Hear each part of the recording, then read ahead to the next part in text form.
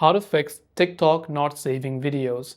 Hey everybody, welcome to our channel. In today's video, we're going to be learning how we can fix if TikTok is not letting us save the videos or download them to our gallery.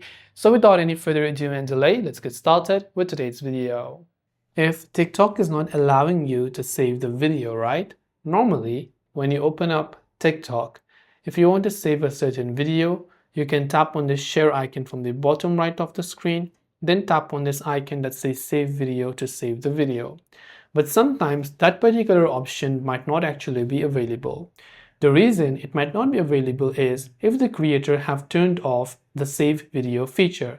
So if the creator has turned off the save video feature, then in that case, you will not be able to go ahead and then basically find out the save video button. But there is still a workaround, and the workaround is that you can simply screen record the video. So every phone nowadays has a screen recorder by default. You can simply begin recording the video from the start to the end, and later you can crop it. If you want to clear display, you can long press on it and tap on clear display to record it in a full screen mode.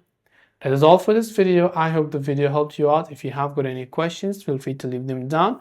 Thanks for watching till the very end, and see you in the next video.